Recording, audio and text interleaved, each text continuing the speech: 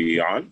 Yes, we are. Welcome, everybody. Thank you for being here. Aloha, bienvenidos. It's so good to see you. So we have Vance and Gabriel and Teresa and Leo, and Camila is joining us any minute now. You'll see her pop up.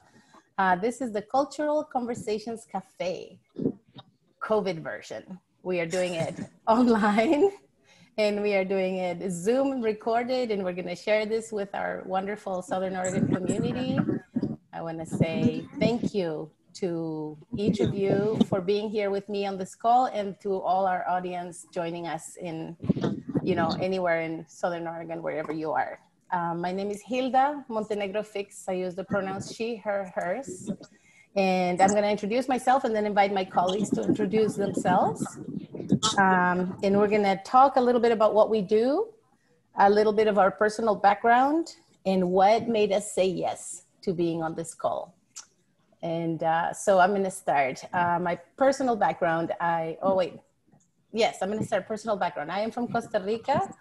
I have lived in Southern Oregon for 10 years and have worked with families, Hispanic families, and teenage moms. I worked at the Job Council for a number of years, and I started my own business about 5 years ago, which is training and consulting in cultural agility. And that has to do with equity, diversity, and inclusion. And I love the work I do. And what made me say yes to doing this is my curiosity as to how do we overcome this challenging time that we are experiencing, which has tested us all. I personally have felt up and down a lot, more than ever before in my life. And I know that I have some strong colleagues here with me to help us figure out how do we move forward in a good way. So that's all for me. And I'm gonna invite Vance to introduce himself. Great, thank you. I am Vance Beach. My pronouns are he, his, him.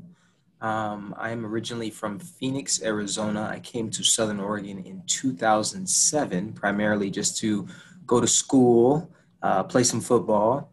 Long story short, ended up meeting my wife, and now I have 3 kids, and we live in Medford, Oregon. At SOU is where I got my communications degree, and then I actually went back and got my master's in business as well. And I found myself in the line of work in terms of the print industry. Right now is where I'm at, and had no idea I was going to get involved in this kind of work. But really what I am here is I'm a global sales executive. So I work a lot with individuals and organizations across the globe.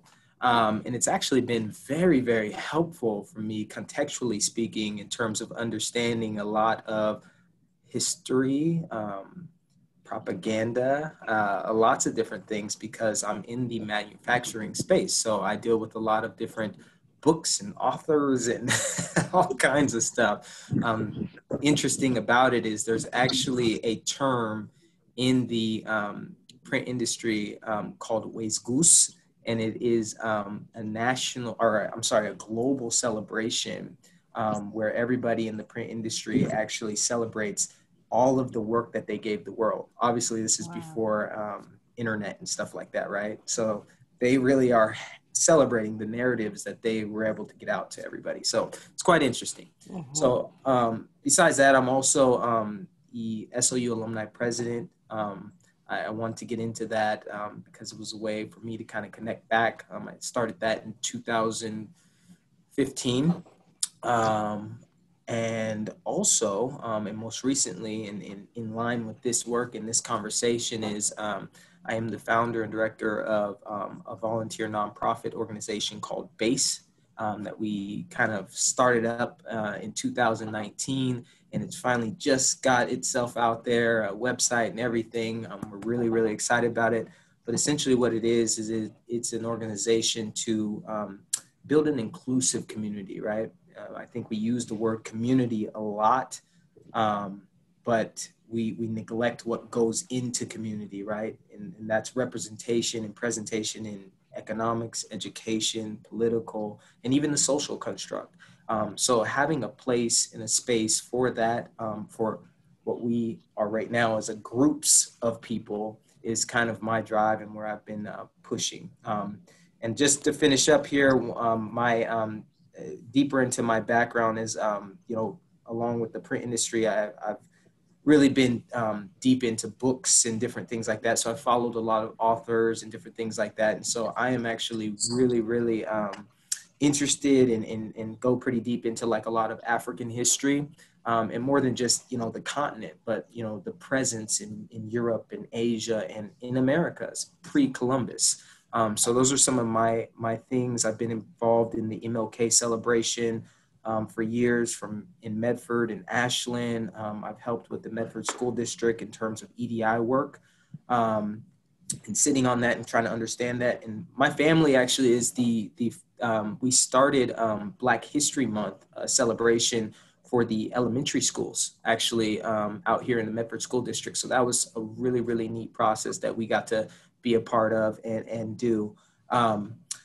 So that's kind of a little my background. And what made me really want to do this today is, just the opportunity to share and express with people that are like-minded, people that are kind of in this space that kind of understand this a little bit more than maybe others. Because it's a weight. It's a huge weight on us. And I think Gilda is just so passionate about this work. And I couldn't, I just love to be able to speak with her about it. So thank you. Thank you, Vance. It's a pleasure to have you here. Welcome, Camila. Thank you for joining us. We are just introducing ourselves and taking a few minutes to talk about who we are and a little bit about the work we're doing, a little bit of our background, and then what made you say yes to this call. So Leo, would you like to go next? Sure. My name is Olaskomi Leo Adifoshe. Leo I use it's my English name. I am from Nigeria. I'm a Yoruba boy from Nigeria. Yoruba is one of the three main ethnic tribes, and there are many other ethnic tribes in Nigeria.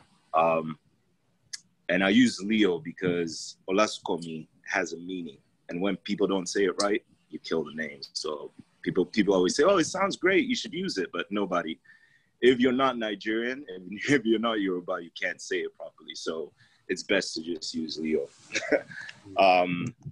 And I moved to Ashland with my family 2015, from Sebastopol, California. Let me pull back. I moved to the US in 1999, and I've been here since. I go back home to see my family. My dad's still alive, my sisters, and I have some sisters in England. 2015, moved here, and it's been all right. It's been fine. I have no problem with Ashland so far, only because what I work at home. I work for myself. I work in the medical cannabis industry. I have a farm. So my interaction with people are on my own terms. I don't interact with anyone I don't need to or have to. So everything is, it can look pretty interesting because everything is on my terms. I do not take bullshit. So fake people don't come around. And if I feel any kind of nonsense, that relationship is cut right then and there. So everything that has popped up in the last, I don't know, it's not just now. It popped up years ago. I had that experience in California and then moved here, and it's very, very different because Ashland is very white. And the Black, brown, Asian, every other population is like, what? I won't even say 5%. It's less than that. So it's this weird dynamic. And yeah, Ashland seems to be great on the surface. But I know from experience, having lived in different continents, apart from the US, in Europe also, I studied in England, that just because something seems pretty chill on the surface doesn't mean there isn't action right underneath. So when Gilda came and said, hey, I'm having this multicultural cafe, and would you like to join? I was like, yes, I would. For one thing, I want to hear from other people who are working within the community, within Black and Brown community. And I also want to hear other people's points of views. And everyone here, apart from Gilda, I don't know. I haven't met every single person here. Is the first time I'm meeting them. So exchange of ideas. And also, I kind of have a different way of looking at things. Even when I go back home, I'm like an anomaly, like I'm different, because the way I think ever since get-go has kind of been different. It's what's made me travel to other continents and live in other countries and come here and be like, yo, I can do it. I can live here, that's fine. And so I view everything that's happening right now in the same lens, but also slightly differently. So this exchange of ideas, talking about what we experience and what our thoughts and feelings are about the situation at hand. And, you know, given that back and forth is very vital in these times. It's not just, you know, shit is bad. It's all crazy. It's all Trump. Which, yeah, I think 90% of it is him. But the truth of the matter is, once he goes, the problem is still going to be there. You know, we've opened Pandora's box. It opened some years ago. And frankly speaking, it's very difficult to see how that closes again. You know, we all want peace and love and understanding. But there's some people that just don't want that. There's some people that just don't understand that. So how do you get across? You know, so that's part. I have some ideas, but great. You know, I'll open the floor for somebody else to tell their story, their history, and then we can move on. Thank you, Leo. Can't wait to hear those ideas. Keep them fresh. Okay, so we're introducing ourselves, and let's move to Teresa. Hey, hi, I'm Teresa Cisneros. I'm she, her, hers.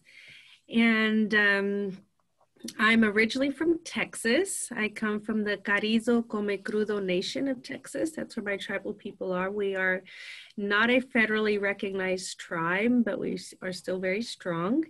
My home clan is the Crane clan. I'm very proud of that.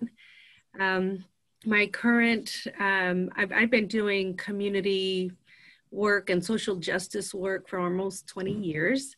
I've been in Ashland for almost 20 years. Wow. Yeah, for almost 20 years. It's been 19 years. October will be 19 years that I've been here. And I started this work, surprisingly enough, because of 9/11. And I was a military wife at the time, and it was shocking. And my boys, who are adults now, were little. They were little guys.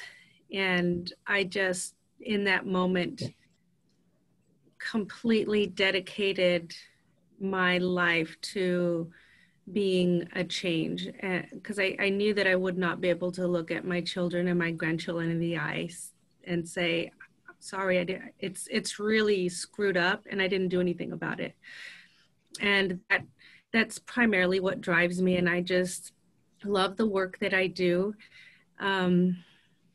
I've been doing more, I started off my social justice work on a spiritual aspect, and so I was studying to become a minister, and I was leading peace talks in my home on the air base, which was an interesting thing. That would be a good storytelling time. Yeah. Peace talks on a military base is like an oxymoron. They just don't, they don't happen. And then when I got to Ashland, because my husband at the time retired, and when we got to Ashland, it was completely different. And my son, my oldest, who was in the 3rd grade, he was one of 3 students of color at his school.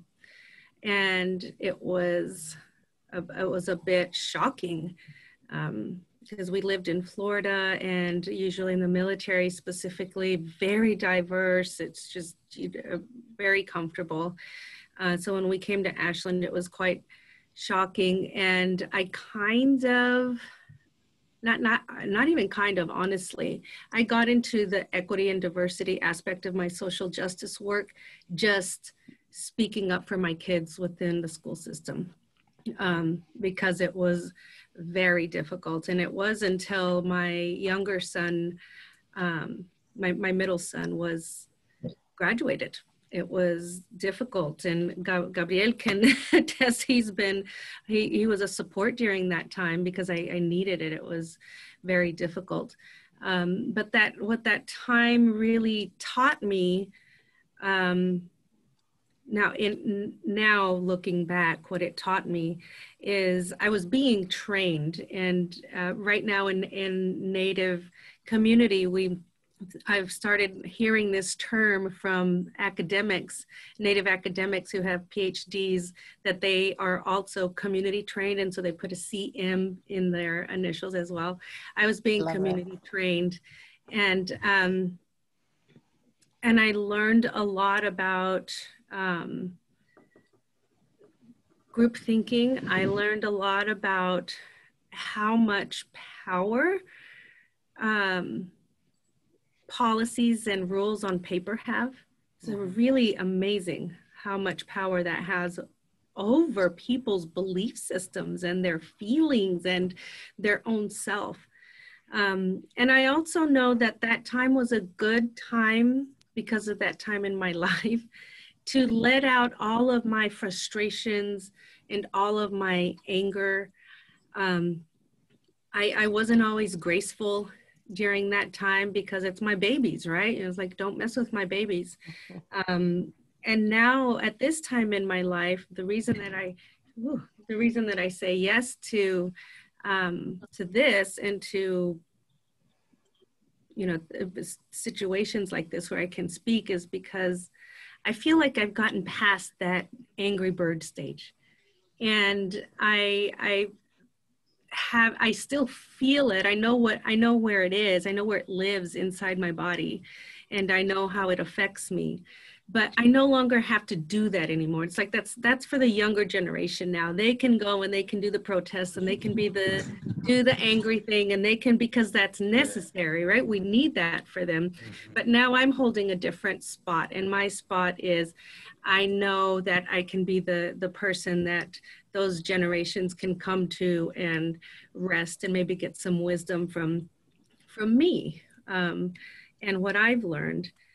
Because now I have so much love, and I have so much acceptance that I feel like I have the space to include everybody.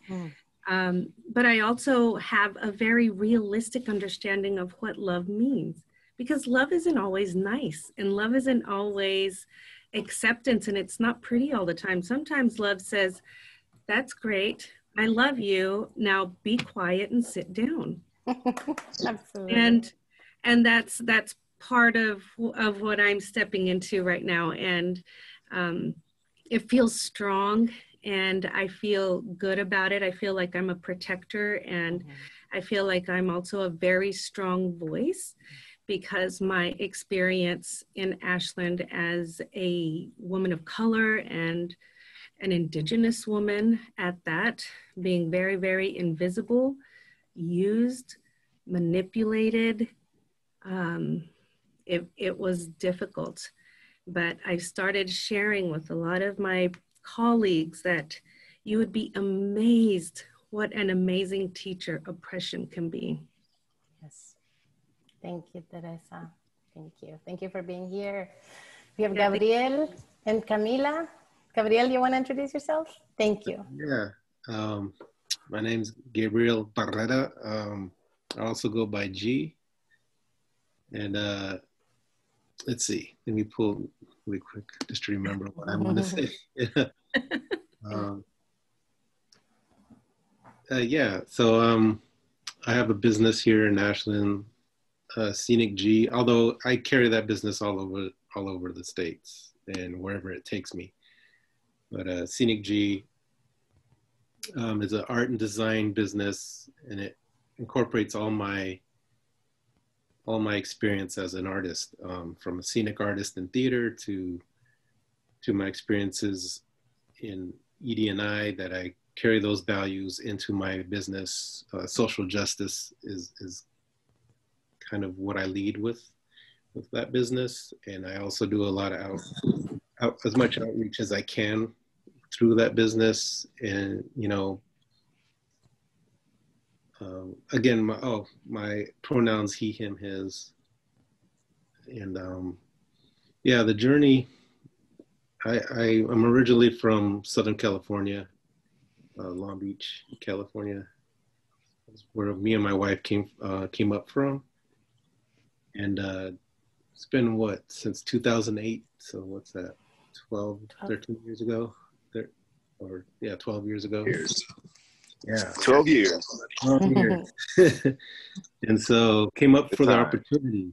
You know, we were both working in theater down there, and I couldn't move upward in the theater I was at, and I was given an opportunity here because of the connections I had to the artistic director and the associate artistic director. And I was able to get a position in. We came sight unseen. We didn't come visit prior. Wow, that's brave. But I knew what it meant. I knew what existed up here. You know, I knew it was a pretty white state and rural area. And I kind of, you know, at the time, I carried a lot of resentment towards whiteness. You know, it wasn't easy trying to get where I was as a theater artist, or just even as an artist. You know, that journey has always been a struggle, and but understanding why was key. It wasn't until I want to say 2013, Carmen Morgan was one of the facilitator in ED&I conversation. She did this training, and it really opened my mind to the oppressions that I experienced all my life. And it defined all the anger I ever carried. It defined so much of my being and my identity that it was freeing, but at the same time, it was this burden that it was at the same time a liberating of the mind, but a burden upon the realization of what it is. So it's like seeing being exposed that the matrix is real, and that understanding that I'm not alone. And it's like, but you're in the middle of Southern Oregon when you realize this. So it's like, damn. Yes. So you know, I think that kind of, that experience really put a passion in me to follow that path, and it's led me to be a stronger mentor and to mentor a lot of this practice of values into young people in the arts, specifically because that's where I have agency and that's where I'm strongest. The journey hasn't been easy. You know, I think I've struggled a lot here in so many ways at work, because once I've taken that passion on, I've driven it hard in the workplace, and calling people out and naming what it is and growing at the same time with myself. I think the hard part about it, eventually it led to me leaving OSF, which was necessary in order for me to start my own business.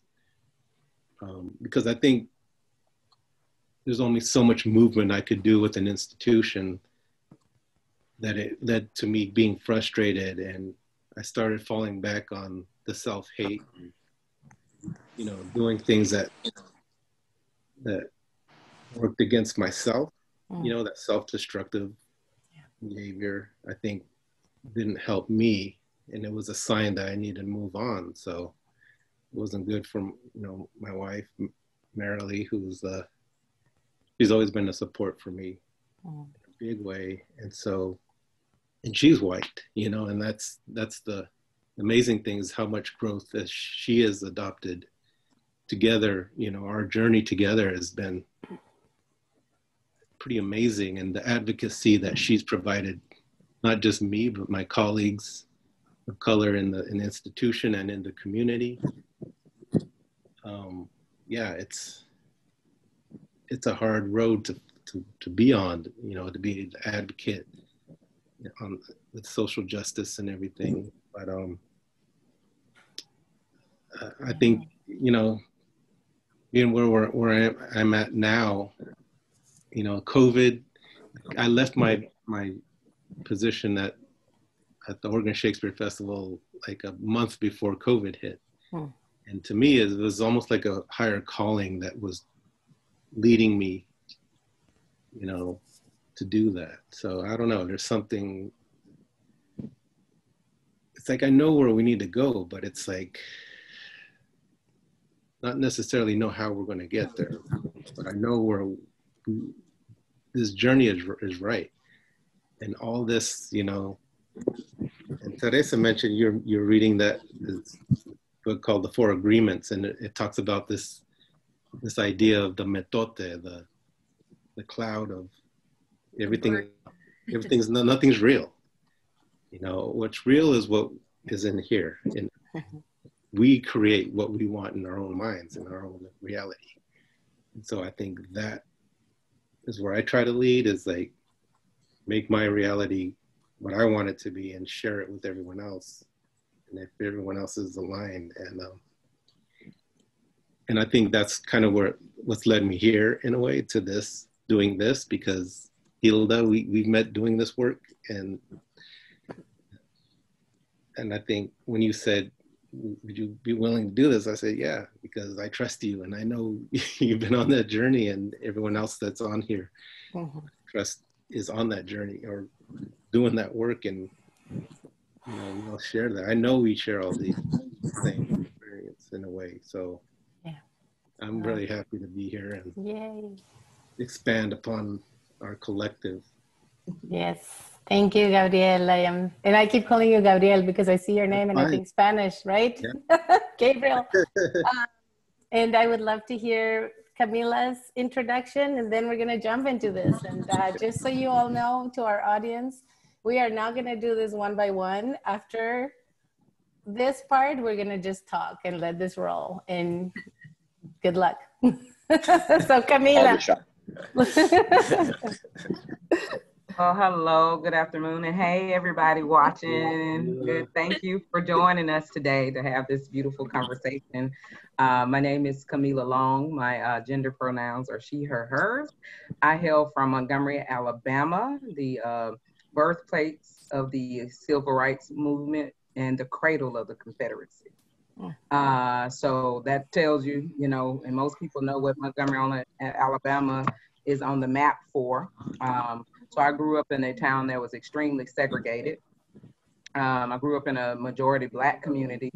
I did graduate from George Washington Carver High School, which I'm very proud about that.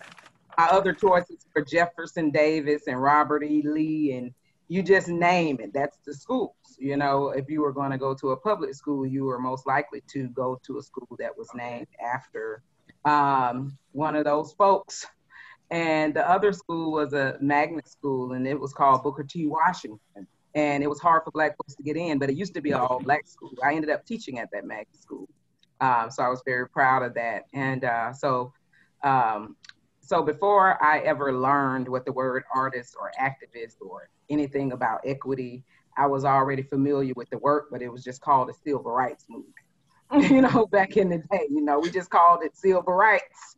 And when you fight for civil rights, you know, you fighting for everybody's rights. And You're fighting for whoever needs it at the time. So before there was a Black Lives Matter, and before there was it was the civil rights movement, and anybody could be a part of that and participate. So it's just kind of crazy to observe all of the things that's going on in the world. You also, today, you know, the tape came out, you know, of the guy who got killed in March. And I named, let me make sure I say his name right, because you're going to be hearing more about this. His name is Daniel Crude. And there's a tape of him being murdered in Rochester. And they basically executed him on film today. And it wasn't a police phone call. It was a medical call for 911. And the police came and they killed him. And I don't say killed. And so that's laying heavy on my mind today. I wish I had not watched that tape.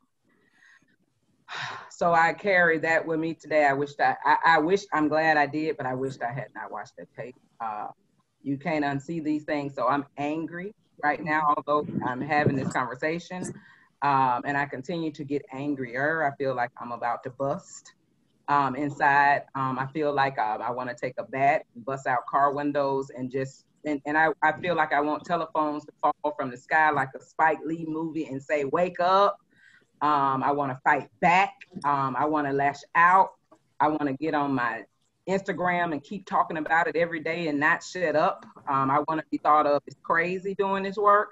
I want to be thought of as radical and dangerous, all at the same time.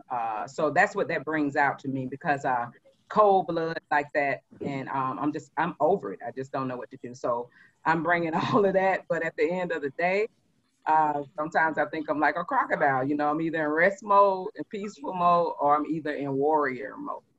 You know, and when the warrior awakens, she's here. And so that's what I feel like. It's steady awakening. But each day I strive for peace, but sometimes peace doesn't come peacefully. So I've been fighting for my little brother ever since, you know, he was real skinny. We used to call him Gundy when he was little. So he was always picked on. So I was always fighting for him on the school bus and fighting people bigger than me and fighting people bigger than him. So fighting these battles and going and marching and doing things and using my mouth to scare people. I remember a bully was after me in school, and she was threatening me in the class, in the 6th grade, and I'm gonna stop here. And I was terrified of her. And the whole time I'm sitting in class, she's across from me, the way our desks were made, and she was telling me how she was gonna get me. And the reason why she wanted to get me is because she had cut in front of me in line while I was getting some water out of the water fountain, and she cut in front of me. So in order to do something, because she's bigger than me, I said, like I had a loogie, and she turned around and looked at me, and so she was gonna get me because I did this. But this defined who I am in another way for myself. Now, mind you, I had just got moved to another classroom from girls wanting to jump on me every day. And I had to throw over a desk in this class. This is 6th grade, and say I'm gonna take on all of them. So they had to move me. Now I get in this class and I have a bully, and she's big, and I'm actually afraid of her. So she tells me she's gonna get me as soon as we have our bathroom break. So I have to think the whole time, like, how am I going to not have to fight this girl? So when we got ready to get up to go to the bathroom, I said, I can't wait. I can't wait till you go in the bathroom. Ooh, I'm waiting. I'm going first. And I went in that bathroom, and I stood in there. She never showed up. Never had a problem out of her again, you know. So I learned then, like, oh, like if you just, you know, sometimes you don't even have to use your fist. You know, you use your mind. You know, you can use your mind and bluff. So anyway, so I've been fighting all my life, but I prefer peace, and my fight is for the peace. Yes. So I'm in this work to get to the peace and to get to the joy, even if I have to fight, you know, all the way to the joy. I'm gonna fight for it, and I'm gonna cry out loud and all of those things. So thank you so much for inviting me. I'm here today because you invited me. I know that I'm on this call with a bunch of warriors out here in the community, everybody using their own platform and their own way and their own might to do so, and have been doing this work, and then just finding out how we can, you know, see what all we can talk about on this phone conversation, and see what we can do to change things. Yeah, so. Change is needed. Thank you, Camila. Thank you. Thank you. Thank you. I am going to light a candle for the rest of our conversation in honor of the lives that have been lost. Thank you for sharing what you experienced today. And I am doing this with all our respect and with all our love to light the path for the souls that left before it was their time, and in violent ways and in any number of inhumane and unnecessary ways, for us to learn and to remember how to live our lives in a good way and share this amazing planet that we have. And I love, Camila, you always mention joy, and it appears contradictory that we can have pain and joy, but you're helping me see how we can hold both, and how both are needed, and we need to have the hope and the way of seeing things in a positive way, but also feel the anger and the sadness and the grief. And so thank you for that. I'm gonna get me one too. Yes, everybody needs a candle. So for our audience, this is coastal rainfall because we're in Oregon, and may we all be guided to find our light. So without further ado, let's talk about what this has been like since March, with the killings and the protests and all the stuff that's happening, and COVID, and let's just share, because I think once we are able to hear what our experiences, the goal of a cultural conversation cafe is to share experiences, to let somebody else be in our shoes, to know what it looks like and what it feels like for us, and see what we can come up with. So whoever would like to start. I just also want to name for that campfire for our Black Panther Chadwick Boseman passing this week on Thursday. It's a whole nother reason, but I lit a candle for him early this week to pray for a safe journey, you know, as he makes his travels. And for, you know, a lot of kids' dreams was crushed in a different way this week, because he was a symbol for a lot of young Black men that are out there, and young, you know, BIPOC, and young white men, and everybody, you know, just one of those people who just influenced so many people. So just that's in honor as well as many more, but want to uplift that. Thank you. I would love to get Vance or Leo to get us going. Here's your invitation. I'll cede it to you, Vance, and I'll roll up right after you. Yeah. Well, I mean, let me start with saying it's really cold in my office right now, so I'm just trying to stay warm. I had to be here though, because, you know, at home, Gilda, you said you wanted silence. So I had to come to some silence. But man, it's been heavy for me. And not because I am seeing things that we haven't been seeing. I mean, there's not really a change in terms of the killings, the racism, all that stuff. It has always been here. I think just 2020 has been just something very heavy for me. I mean, I've had friends that have passed away this year. Iconic figures, Kobe Bryant. As a kid, I grew up watching him. Chadwick, as Camila was saying, you know, for specifically, I could speak for, you know, young Black men. You grow up in this country, and everything that you see and you recognize is about a superhero, you know, is about somebody that is some kind of idol or some kind of hero to you. And as Black people, you know, that socialization process, right? Our visuals are always people that don't look like us in terms of like a Superman or a Batman or any of that. So Chadwick in his Black Panther, that was something so special for the Black community. I could say that, especially Black boys. Like, that was something that was like truly special so to have that, him go on top of everything, like that really rocked me too. Cause I was just like, whoa. But so thank you, Camilla, for acknowledging that. But what I will have to say is, you know, in terms of my experience here in Southern Oregon, and just looking at all the things that seem to be taking place and happening, I actually lead with a question. And the question is this time real? Is this time authentic, right? Because what we have now is the largest civil rights movement in the history of this country happening right now, that we're all getting to see across the world happening. People are fighting, protesting, movements are happening, but I really question, like, is this time real? And the reason why I do that is because, you know, there's been something that's happened with COVID that's almost been interesting to see for people that have not been subjugated, that have not been put in positions where they can't go somewhere, where they can't be here, where they can't go to their grocery store, their beach, you know, whatever, you know, whereas I look at us and I see that's something that we experience all the time.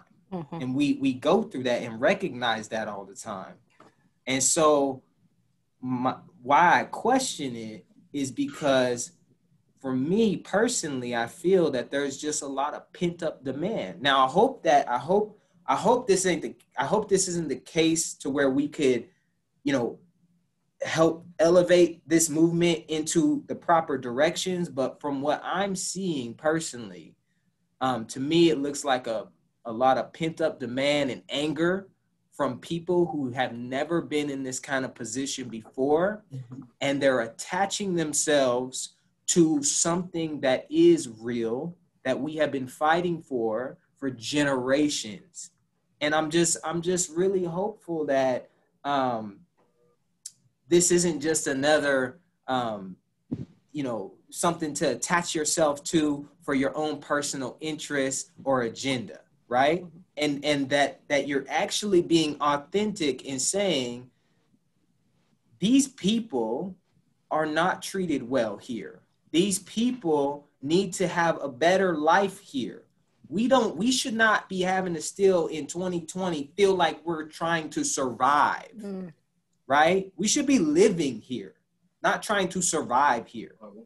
And it's one of those things where it gets deeper and deeper, because I think there is a level of misunderstanding of what racism actually is, right? Because I think people actually look at racism as a individual thing, where you may have like a bias or you're discriminating against somebody, which all of us have bias. Okay, racism is so much more. It's literally this huge, sophisticated, structured system, right, that operates in this way that is designed for people that look like me and most people here on the panel to fail. It literally is. And I just want people to like really recognize that and really understand that, because we talk about making real changes and things like that. But I always think of it in a way that's saying, if you really want to change something, if you really want to change racism and systematic racism, you really got to go inside that institution or that system, and you might have to tear the whole thing down and start anew. Because what I feel like we keep doing repetitively is we're trying to make something that's ugly appear to look better. And that's not really going to change anything in the long run. We're going to go back into that same phase where everything looks and appears kind of like Leo was saying earlier.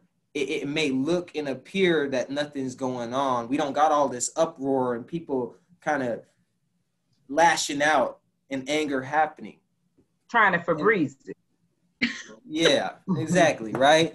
And so I want to give you an experience I actually just had here. I told you about what I was doing with BASE and trying to have a representation here, which I think is very important in terms of building an inclusive community, right? Being really a part of the development of community.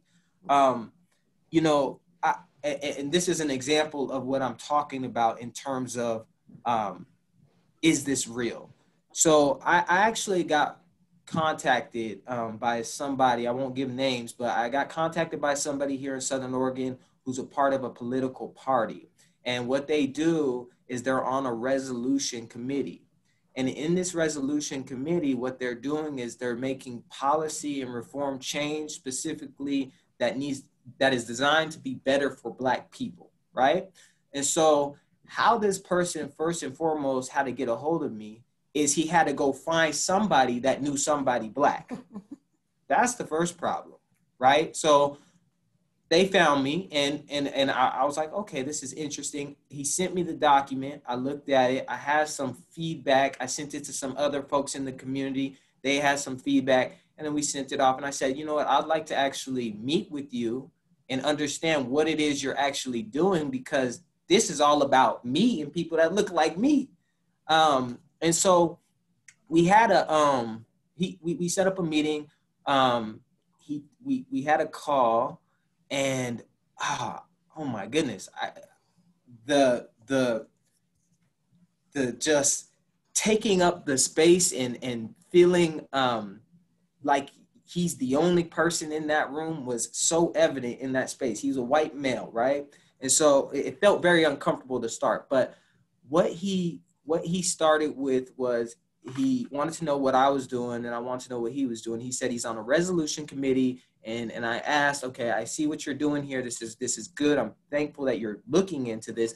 But I was like, is anybody Black actually a part of this? And he said no. He said, that's why we wanted to reach out and try to make sure we weren't saying something that would be, that might be inappropriate for Black people. And so, okay, all right. So then we began talking and he started to say something that wasn't appropriate. And I interjected. And the first thing he tells me is, let me finish. Like he literally shut me off and told me, let me finish. So again, I remind you, he's doing something that's directly aimed at helping me.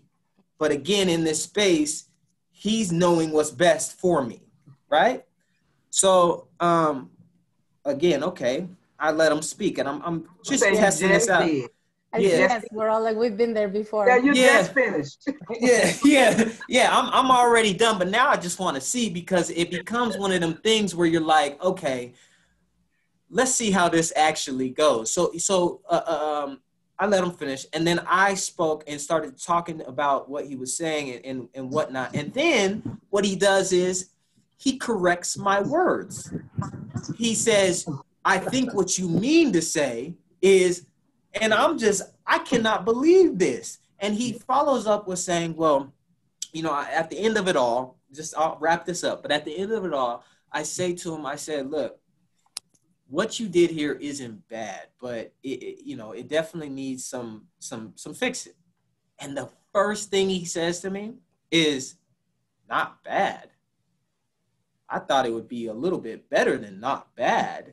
So again, this is just a fabulous experience to let all of you viewers know. Okay. If you're gonna do something to help, then actually be helpful.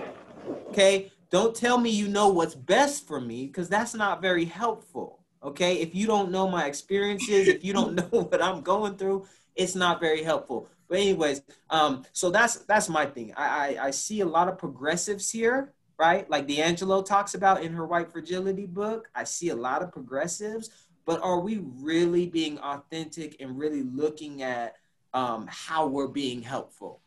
Okay, and so I'll just pose that and let somebody else chime in on that. Oh, man. Thank you, bro. Mm-hmm. Appreciate that. that's like part of dialogue, right? You want to talk with someone, but at the same time, all you're hearing is your own voice and not the voice of the other person. Everything that, you know, the other person is speaking and you're just thinking of your comeback or blah, blah, blah, blah. And that's not a dialogue, you know, that's one-way street. But I totally understand that. And to go back on, you know, the whole topic this year, the state of the nation, the state of the world is kind of different. It kind of mimics the US in certain ways, in which you have like right-wing governments in like Eastern Europe, strong personality, 30, 20-year presidents in Africa. And in Central America, in the early 2000s, it was a left-wing wave. All these governments were all left, and then they switched right. So the state of a nation and the state of the world is very tense. But in places like Brazil, that has its own version of Trump, or in Philippines, things are just dire. So I'll revert back here. Things in the US, I remember, what was it? The first time I came to New York, like literally I landed March 1999 or something like that, yeah. And in February, this Abu Luima, he was shot in Brooklyn, coming out of his apartment, and 11 cops just lit into him straight up. I'm like, damn. And that got New York up in arms for a second, but that was my welcome to the US, you know, thing. And ever since then, you know, you read the papers whenever there's some sort of beating or shooting, usually a shooting. And the thing is always like, the cop said there was a gun or there was a knife and he was running and he threatened. They had a scuffle, they had a fight, they had a this, they had a that. And you always just had the police's version. That was it, because the other person was dead or suspect, because they would bring out the report. They have a, you know, their crime sheet is this and they've done that. And it's exactly what you have today. In LA, a biker was shot, killed. And what, there is no video. All you have is the cop saying, well, he was running and then he had a gun and then the gun dropped and so we shot him in the back. The gun dropped, but you decided to still plug this man with bullets, right? Then you see Jacob Blake, and what is it that they come up with him to kind of make it okay? Is, oh, there was a warrant or an accusation. Somebody had called in. There was a woman he had an issue with, and she called in, and the chief of police was sure that the cops knew that there was a warrant out for his arrest or some stupid stuff like that. And the justifications never, ever make it okay. You know, it's just like Camilla watched the video of this gentleman. Daniel Prue was naked. He was naked. Nothing butt on naked. him. I mean, yeah, but how naked. can you? What can you say to that? What excuse can you have? What, the butt was? His butt was what? And handcuffed. No. And covered with a plastic bag over his face until he died. That's saying that they were keeping murder. In fact, forget that. Forget murder. Okay. That's a lynching. That's a lynching. Forget the murder. That's a straight up lynching. And that's what today makes it so dire, right? You had civil rights movements and everything that went before that, the Jim Crow laws and all that up to that point, where it was very stark. And today you can go, well, you know, you had a black president.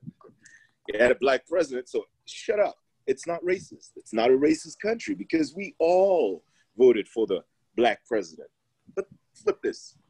The same white folks that said they voted for the black president turn around to vote for the orange mop head in office today. So what does that say?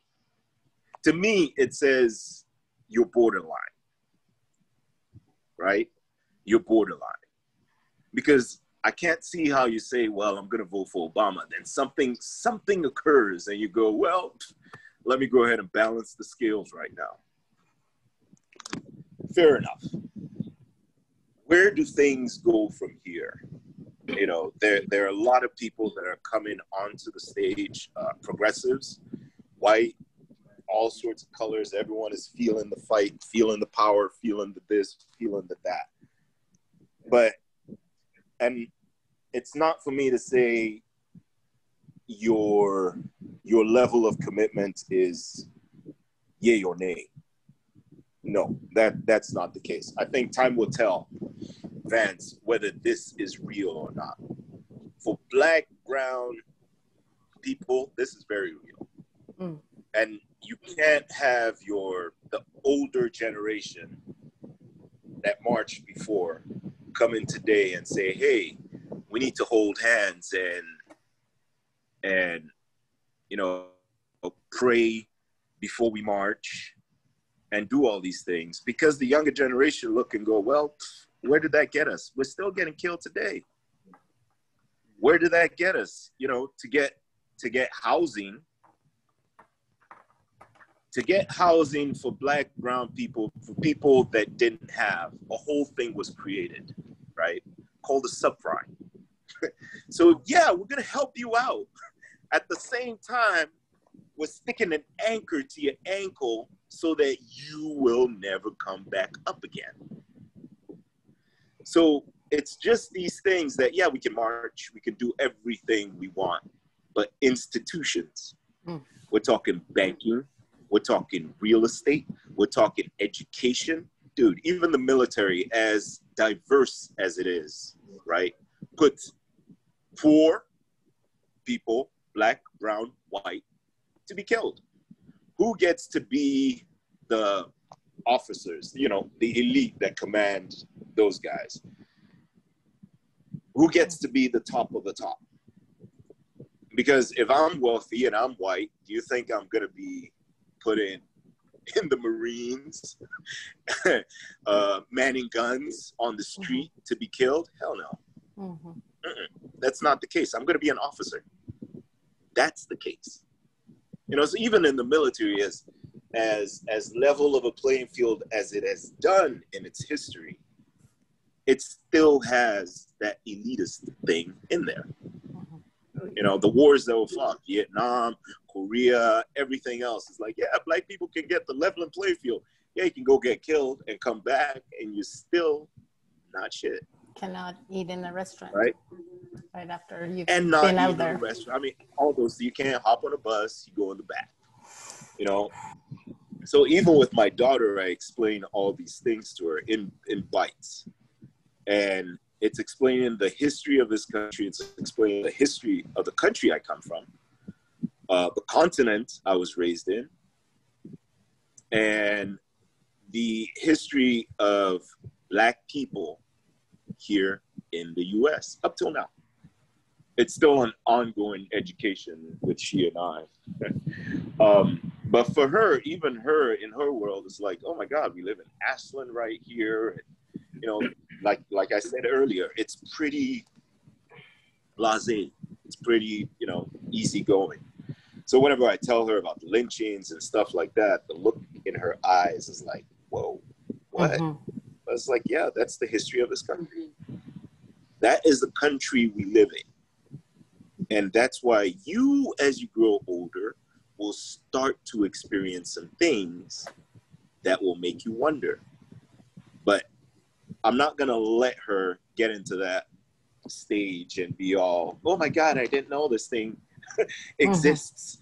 Or my parents never talked to me about racism, or the fact that people are very bigoted in a lot of places in this country. Right. Leo, for hope, I mean, because I imagine as a parent, you give her both. You're giving her a realistic view of what's happening. And I'm imagining also some kind of hope or something.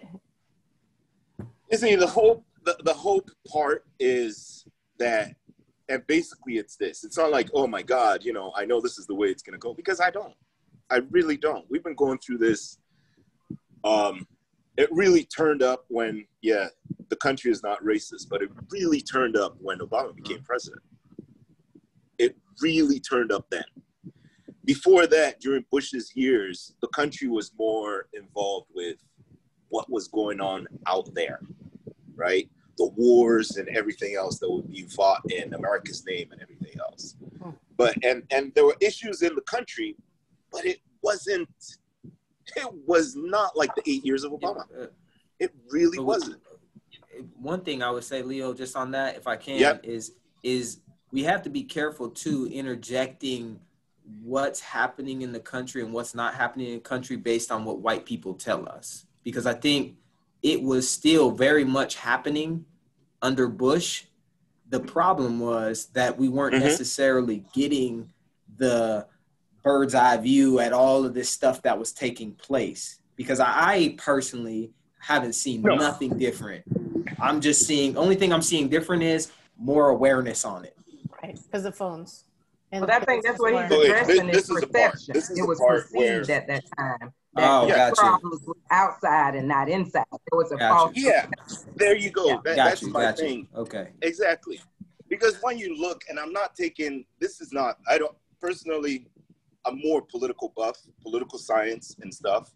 So I will dissect things, and I don't sit and have some reporter, you know, their reports and say and go, oh my God, I just listened to that and this is what's going on. Hell no. It's just what I saw. And the vitriol that came out, you know, once Obama came in, it's like, look, Bush was in, and I'm not saying that things were good with Bush. I'm saying the creeps came out with Obama, right? During Bush's term, and this is the craziest part. Now you have white folks on the street with guns. Like, it's okay, you know, and the cops don't do anything because, to be very honest, a lot of police precincts in this country have been infiltrated. A lot of cops, what do? They're human beings too. Now, if you go a cop and you put them on a scale, right, left, Democrat, Republican, conservative, liberal, progressive, where do you think most cops lie? They lie on the right side, on the deep right side. So when you have that Kyle dude, whatever his name is, that shot 2 people in, you know, Kenosha, and passes police officers, and they allow him to go back home, and he turns himself in where he's from, and the cops tell, you know, the white militia boys with their AR-15s and whatnot, and this isn't, oh, I read this. I watched the video. No, they supplied them with water. They supplied them with water. Yeah, exactly. You heard that stuff, right? Yeah, and they told them, thank you for being out there. We thank you folks for doing what you're doing. What the F? Right.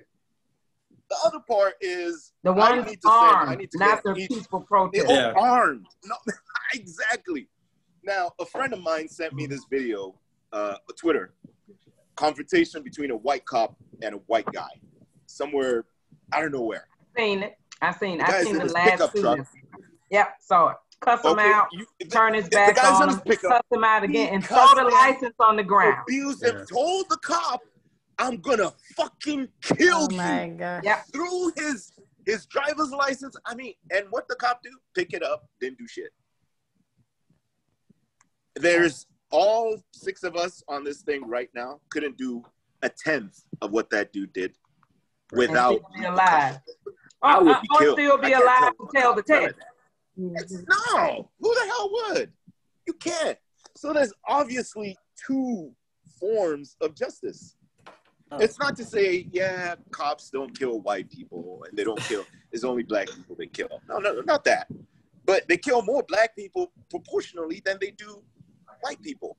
And the fact is, it turns deadlier with black, brown people way more than it does for white folks. You know, my son said something interesting one time. He was saying, well, Mama, you're dealing with people And not saying that we believe in, you know, everybody don't got to believe in whooping their children, you know, but he talk about like, you know, like they never got a whipping their whole life, mama. And mama, they talk back to their parents their whole life. Like they never received a repercussion, you know, for not saying all, but a lot. And so, and then, because, you know, me, I wouldn't want to justify whooping at the same time. But I said there was a time and a place for it, because if you look sideways at master in this crazy, insane country, you could lose your life. Emmett Till, if you whistle, you can be in the bottom of a lake. You couldn't even afford to be a child. So we was whipping childishness out of our children. They was never allowed to be one, because they, even being a child, you could die. Just like Tamir Rice is dead for playing. Exactly. You can't even play here and be safe. And that's the thing, the stakes were so high. It's like, I'd rather give you this beating about this thing now that you don't really understand why you really can't do this, because this world is so crazy. As a matter of fact, it doesn't have any logic, and I can't explain to you why I gotta beat you and why you can't do that. You know, that's how crazy you had to, in order for us to survive, we had to be reared in a certain way to survive.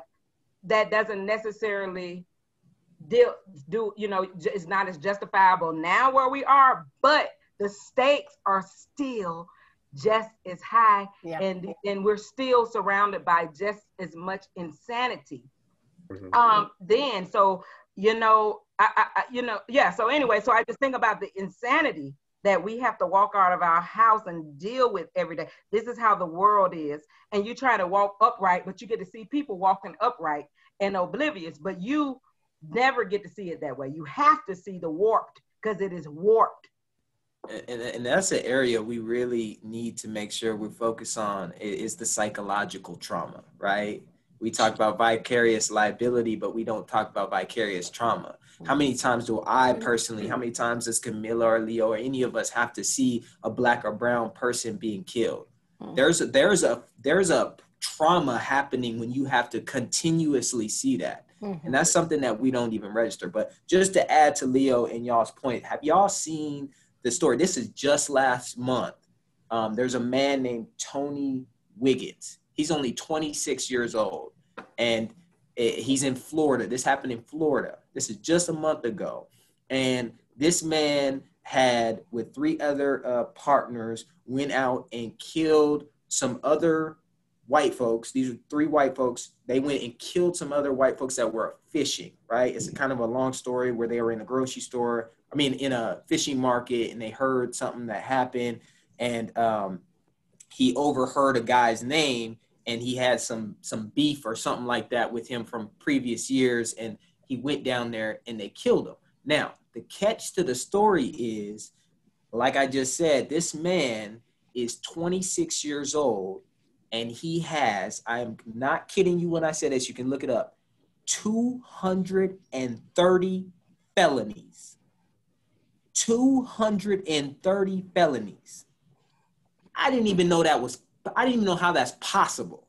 But to your point, Leo, about justice in 2 different systems here working, this is, if you look at the man's history, he should not be walking these streets. He just was on probation for breaking someone's arm around a post, like just because. And this man has seen a judge, think about it, that many times at least, and he's still able to walk free and just walk around and do whatever. 231, because he just killed some more people. But sorry, it's crazy. Yeah. Go Gabriel. I'm just thinking we need to shift because we are 4:30, but go for it. Oh, I was going to say, Vance was speaking to that trauma, that intergenerational, it's a learned trauma. And to think that not just the trauma, but the aggressors, those young people from the other side are seeing, oh, this is how I can be an aggressor, right? They're learning their power. by the trauma they impose, right? So it's almost equally as damaging. But you know, you're asking where does this go from here? And I've been trying to think, like, what the hell do we answer this recurring, you know, repeated cycle, right? Like, you know, the one thing I think of is like, well, what can the young people get out of this? You know, as the demographics change, and you know, whites are no longer the majority. It's like, what tools do we give the youth today, like, to have these practices of social justice embedded in their being, you know, at a young age? You know, to me, that'd be the secret weapon in a way, like,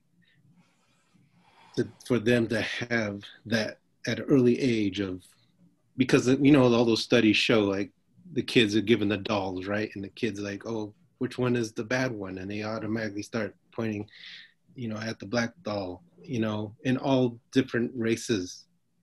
And it's like, automatically they're learning this shit. And it's like, how do we get to the educational system to, like, embed this work into changing that? Because at an early age, they're, you know, the boys are already, you know, the gender identification's already being set. You're a boy, you do guns, you beat on women, you know, you domino over these people and that.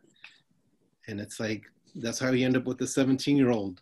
And then nothing happens to him. And then that sets the example for all these other kids to be like, oh shit, he got away with that? It's like, that shit is toxic as hell. I don't know if this has ever happened at the scale at this scale of, you know, global, to see a child carry a gun and kill and walk away with it. I mean, that's insane. I mean, that the message that sends out is and the mother drives him home, who was also armed. That the white woman who drove him home, who was also armed, who raised that child, who did not turn him in there and not make him have any responsibility. That mother is just as dangerous as that father. Yeah. Right. Yeah. I think it's something very vital that you just hit right there. Like the parents, right? Yeah. And that's us that have kids right now. Because everything turns up kind of, you know, charity begins at home. And you just have this, I think it was Teresa, you mentioned it, anti-Blackness across all races. And that's, you know, anti-Blackness and anti-Native people that were already here. So when we look at it, we're like, well, where are we going to go and how can we solve this? It's like the history of this country is almost unique.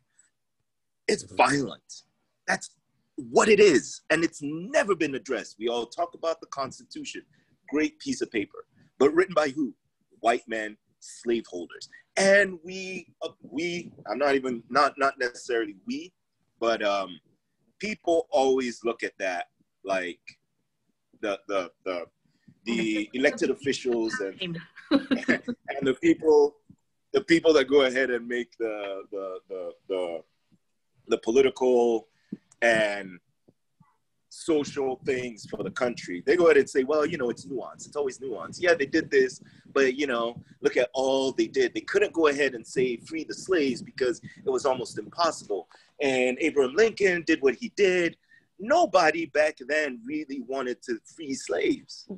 Nobody back then really wanted to do that. The economics of it is what has become, you know, once we see why, was because of money, because of power and money. Yeah. So well, if you look back for 300 years, and bloodlust, greatest commodity on earth. I'm saying even from 15 to 18, let's say 1800s, right?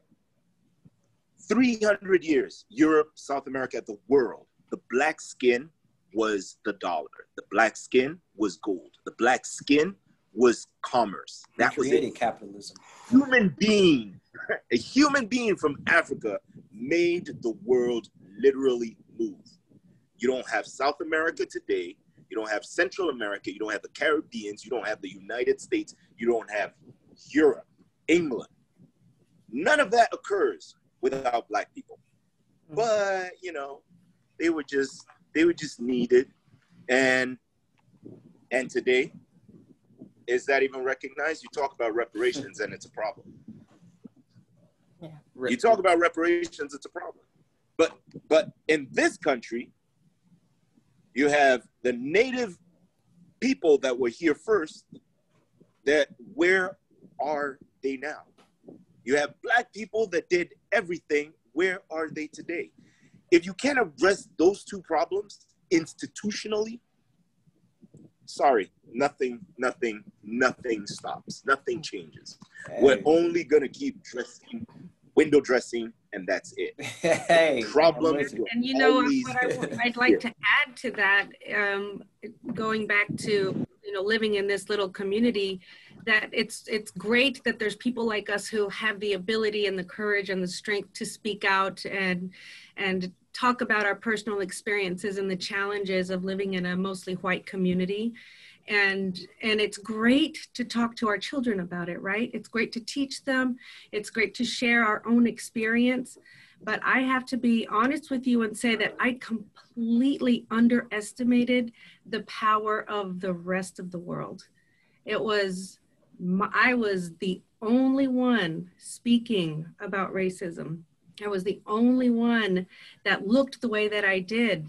And I was not prepared for the power of internalized oppression, because it was like I wasn't being validated. Nothing in the world, in our community, was validating what I was seeing, what I was experiencing, what I was witnessing my children experiencing. So what does that mean? She's crazy. And so when I first moved here, that's what happened. And my kids had to live with that. They had to live with, whoa, I have the crazy lady.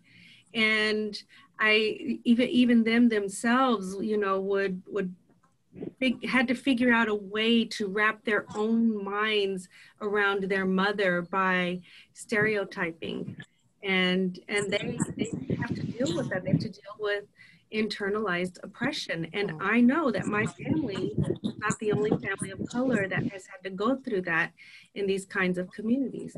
So it's important to talk about it, but do not lose sight of the enemy. Do not lose sight of the enemy, because they will come in the back door and they will get you when you least expect it. Because I had to do another layer of work that I was not even expecting I would have to do with my own family because of that. And if there's anything that I would say about doing this kind of work and having a commitment in my own mind and in my own heart to know that the way that I view the world and experience the world, it is the truth. It is my truth. And I do see racists. I do see racism everywhere, even with people that I love. It's in them. And addressing that, but being careful, but also making sure that you have someone that's going to get your back. Because if you don't have somebody there to get your back that looks like you, that has the same kind of experience as you, then it could cause even more damage down the road that you're not even realizing you're going to have to fix. And that's a piece of the conversation that in these types of communities that I wish I would have had that. I wish I would have had some people of color to have my kids around, so they would know that I wasn't the crazy lady. Right. So that the institution didn't think that because I say, what did you say to me? Or I raise my voice to my boys, or I appear to be harsher because of how I present in this body and because of where I grew up, you know, it's different, that I'm not being abusive, that I'm not an abuser. You know, Neely Fuller Jr. Writes, and I had to find this quote, says, if you don't understand white supremacy / racism, everything that you understand will only confuse you. Yeah. It's everything. Okay. It's in everything. Yeah. And well, I heard, I'm going to sum up a little bit. What is this? It is the United Independent Compensatory Code / System Concept for a textbook workbook for thought, speech, and or action for victims Oh of my gosh, racism. I want that. So I'll send it the thing, but this is an old book a friend of mine took from me years ago that I had to bring back out, because sometimes and people like Francis Cress Welsing, like old school, sometimes you got to go back, because I like all the equity, ED&I stuff that we're doing, but sometimes you already got it. Yep. Yeah. You have to stand copa and go back and get it. Yeah, community trained, right? We just don't have the academic and the colonial language to explain it, so people look at you like you're a crazy person. Neely Fuller Jr. Shouts out to Neely Fuller. He's still kicking right now too. Mhm. Still here, still with us, still with us. Okay, I'm writing this down. How do you Neely? Neely. Okay. And then Fuller, Fuller. Awesome. So in the last few minutes that we have, I would love to highlight the things we said that can help. I heard Leo talk about, and Teresa, we have to recognize the indigenous genocide, the slavery, and what was done, and how people of color were used as currency, and like understanding colonialism, because it really isn't just this country, it's around the world. And how I believe is that what's happening with, and I agree, Vance, that COVID has rocked the boat in a way that people who had never had restrictions and limitations are now experiencing that. And so it's opened up a little window, I think, a gap of opportunity for this education to happen, and more than education. I know that education is only the beginning and awareness, but combined with the energy of young people and people that are just like chomping at the bit to start changing things, I believe. And more than just being a voice, not just being a voice, but what are you actively doing to change something? Exactly. So my last question to wrap us up, and I wish we had more time because this is an amazing conversation, but what is, like you said just now, Vance, what is the action? I would like to hear one hope or something positive and one action you personally are taking to give our audience an example. What do we do? How do we keep engaged and don't throw the towel? And what is it that we're doing to move things, to move us all towards the beautiful world that we know is possible? Who would like to go? I'll go. I haven't heard from Teresa. Go, Gabriel. I just want to, I feel strongly that embedding social justice within the early on in education is key. This as a mentor, the younger young person, especially BIPOC community members, understand these structures. They'll know how to navigate. I hate the word navigate. I want them to thrive, Yes. Because once they can learn how to, even like those barriers and obstacles can be, they'll know what they are. And you learn that early on in life, you can build your own system, you can build your own empire or whatever to dominate over whatever that shit is that, that wants to keep you down, and whatever resources and everything that me as a mentor can give them to rise up high, that's what it takes, what I feel it takes. Thank you, Gabriel. Teresa. Well, I would say, gosh, I have so much to share about this part. But the very first thing I would say is that us in the body that we live in, the more joy and the more happiness in which we live with our families every day is an act of revolution. That in our families and in our relationships, I think that that's really, really, really important. And then the other thing is what I'm doing very, very actively is, and some of you know about this, is the Truth and Conciliation Council.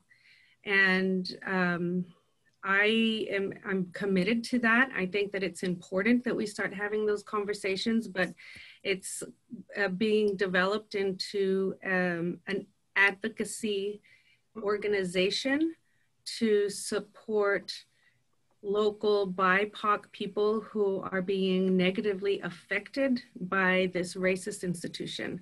So building teams that can come in and be advocates for those people. The hope is that we would eventually get an attorney, maybe several attorneys, have the money to hire them when local BIPOC need it, and also to get, to build a team of BIPOC people and allies to begin running for office, to start joining committees at every level of local government, from school boards all the way to the state, to join committees to do that, and just to put some real action in there and to have some freaking accountability. So that's what I'm doing. Beautiful, beautiful. Thank you. Leo, you want to go next? Sure. I will do that. I am not involved in any organizations as such. What I do is on a personal scale. So I go into, I won't say enemy territory, but yeah. There are a bunch of people I deal with business-wise that are definitely conservative. And every time, it's never fails. If I'm there on business or whatnot, and there are other people around, the topic always gets political. So I listen for a bit, hear what people have to say, and I push back. I push back hard. Because from my experience, a lot of people they spew talking points, right? And without real experience. And from what without fail, every single time I called it bullshit and they don't have anything. There's nothing there. Because when you put, and I'm not saying facts that, I'm spewing from wherever, Wikipedia or whatnot, but my own real life experience facts and just the stuff on the ground, the reality on the ground. And they don't have anything to say, but okay, you're kind of right on that every single time. Stuff in Portland, hey, the guys that got killed, the Trump supporters that got killed. I'm like, yeah, but nobody mentioned the other guy that shot 2 people, or the Jacob Blake. I don't hear you guys talking about that, but you're talking about some guy that got shot in Portland. Yeah, that's bad, but what the hell were they doing shooting paint guns or whatnot at the other people? So it's like, I feel conservatives just have a talking point that really doesn't stand up to anything. And people get frightened at times pushing back at stuff. Now, it's political, it's economic, it's social, and it goes with, you hear the gay talk and the lesbian talk, and it's kind of snickering and everybody laughs. And it's like, nah, that ain't cool. Because if any one of you right here was being laughed at by some other people, it won't be easy. You all won't dig it. So it's like, oh, well, I'm not gay. Then what the hell are you doing those jokes for? If you're not bashing, if you're not, gay hating, then why those stupid ass jokes? The only time you make jokes is to make yourself feel big and others feel little. And that's stupid. Yeah. That's totally done. So mine is wherever I'm at and I hear anything that doesn't make sense, I am pushing back on that. Yeah. And on I'm kind of on a other scale, I politically vote, and more than vote, jump into politics wherever you are.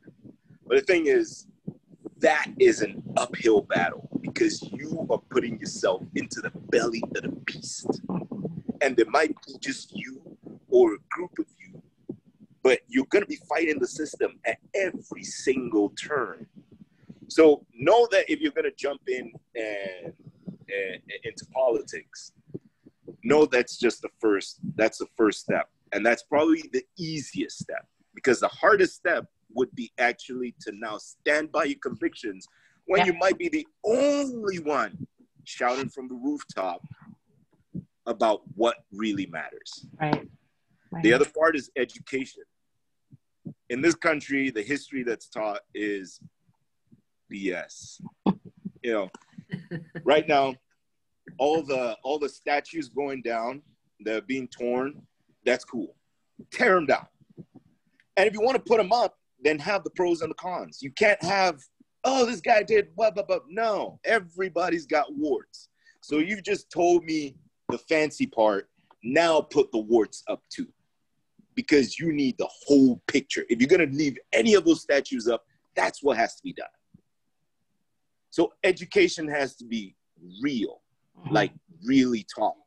And the most important part, like I said, you have to do like South Africa. South Africa had apartheid. It's not gone. Sure, it's just like America here with Jim Crow. Like, yeah, you can now walk into restaurants and everything, and it's all great.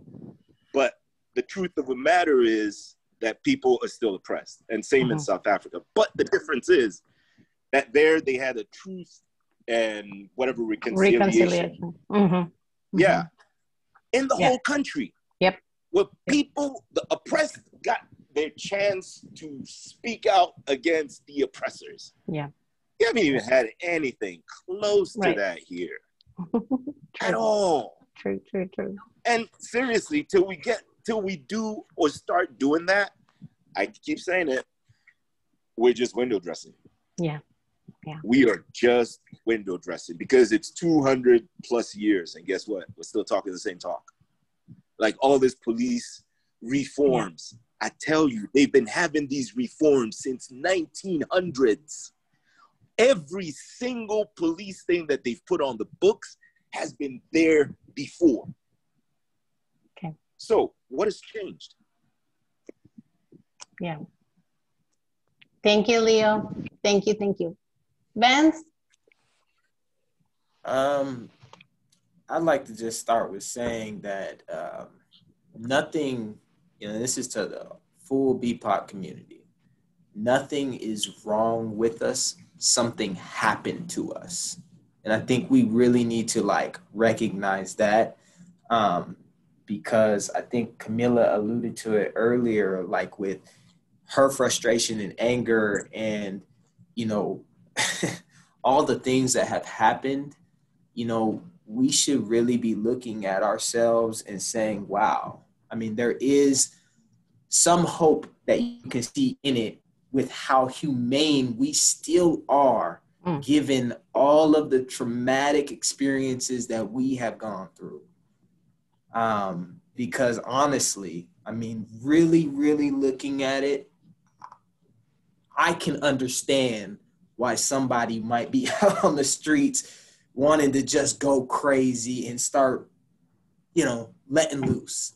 You can actually understand that based on what we have gone through. And so it's important for us to just really recognize something happened to us, right?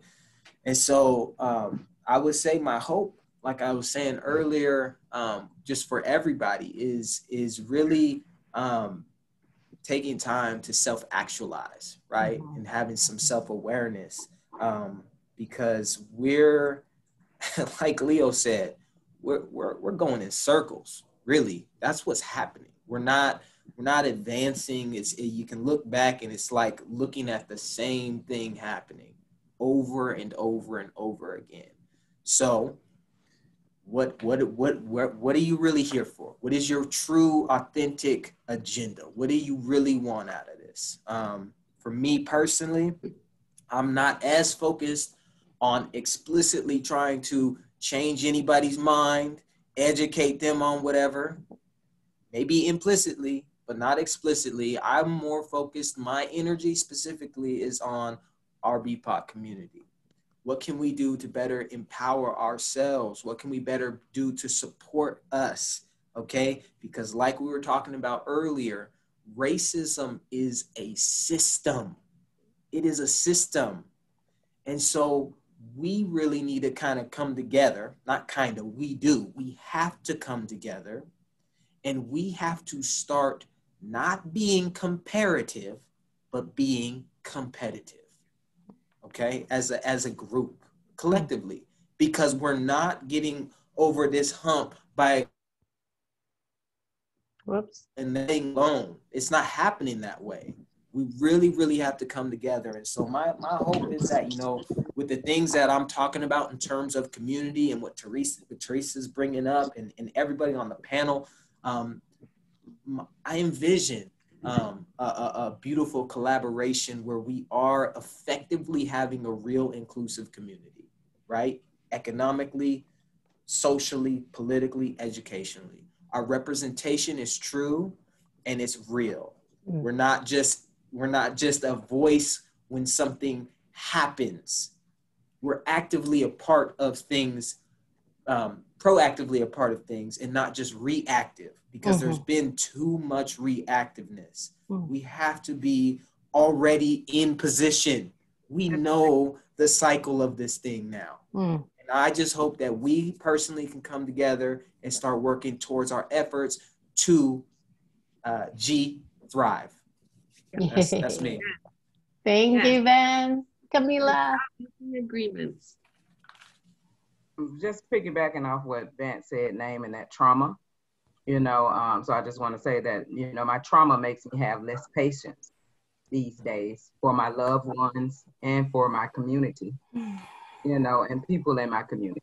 So that trauma affects me in a real way. So I would hope, you know, that first thing that comes to my mind is, ain't I a woman? Yes. Look at. So that really resonates hard with me. And so I would hope that everyone would practice compassion. Yes. And I had to write this for the Black woman. We are not protected. We are not upheld. We are tooled as currency a lot as well. Having us in a room, pushing movements, doing things, doing all of the things. We are here, but then we are treated as if we are impervious to pain, and then we get turned invisible for our hard work. Nobody doesn't like to honor us or say, I'm not saying everybody, but it's hard. Right. So I'm with that, ain't I a woman? I hope to one day feel what it feels like to be treated like a woman. One day, you know, and that means to be treated like I'm delicate.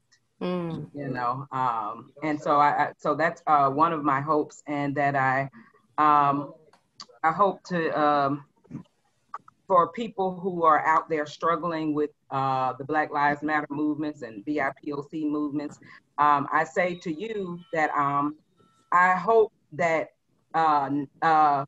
you can have, I hope, let me put it down somewhere. I hope that you can stop being offended by other people's pain. Because the Black Lives Matter ain't have nothing to do with your pain. Has nothing to do with your pain. It has to do with the pain of a people. That's the pain of the people. That's the pains of some other people's. So if you have to be able to stand other people's pain, then when we see people die and we're crying out, you know, in this movement that we're in, that if you can't make that movement about you, stop being mad about other people's pain. And find ways to practice it and go deep inside yourself. Why am I so angry when I see BIPOC or when I see Black Lives Matter? We're here. We all matter. It's someone in pain and who's suffering. So I would just hope that people could stop, or we could all take the time to reflect and see each other. I love what Vance said. Something has happened to us. And I take that and steal that for even the Black Lives Matter movement. It's saying something is happening to us. Something has been happening to us. It's still happening to us. And and the only way that we can heal, speaking for myself, is the only way that I can heal you is to put the oxygen mask on myself first too. Yeah. So I got to be whole in order to heal. But with all these cracks and all these breaks, and then and I'm gonna be a little vulgar, but you know, and I said it before, like I've been nursing for a long time. Now they dried up. They dried up. The milk is dry. I have to go back and reset and heal to get full again. So that while we got the reset. So when I talk about the Black woman, we need a reset. We've been holding it down for a long time. And it is time for people to help us heal. Yeah. And it's time for us, and I would hope my last one would be that we have patience with our young BIPOC leadership, especially the male leadership, who is the main target of the folks, you know, with the guns in America, not just the cops, but their own brethren. They're the target from their own brethren, and they're the target from the cops and everybody else. They're the biggest target, you know, so how can we support at the same time their leadership? And that is very necessary. They need our help and more support in their leadership. Thank you, Camila. Okay, I'm going to wrap it up by saying thank you to each one of you. Thank you to our audience for being with us today. Thank you, Vance, for what you're doing. I know that you are also giving us the opportunity to support doctors of color, businesses of color. Like, a lot of our power is in the choices that we make. So thank you for that opportunity. Gabriel, thank you for your work, your mentorship of youth, your art, and bringing that light and that strength and that passion that you have. Teresa, thank you for truth and conciliation and everything else you're doing with, you know, in your work. Camila, your voice is always inspiring and appreciated, and absolutely with you in terms of what women of color have carried through the years, and Black women, and how it is time for all of us to come together and support each other. And that self-care is so crucial so that we can be there for others. Leo, thank you for being here, for speaking your truth, for loving your child and educating the next generation and stopping things as they happen in your path. For myself, I just want to say that I hold a vision of a beautiful world, a more beautiful world that is possible. And I hold that in my heart every day, so that every opportunity I have an interaction with a young person or an adult or an elder, I want to see the spark in each one of us. And I want to kindle that, because I believe that there is truth, goodness, and power inside each one of us, and a gift that it is time for us to bring it forward. And that when we do that, and when we do that together, nothing can stop us. But we got to keep our eye on that vision, on what we can do. So thank you so much for your time, each one of you, for everything you do. And that is the end of this program, but not the end of what we're doing. Aloha, and thank you, everyone. Thank you, everybody. Take care. I want to have more talking time. That's it. I know. We That's what I felt.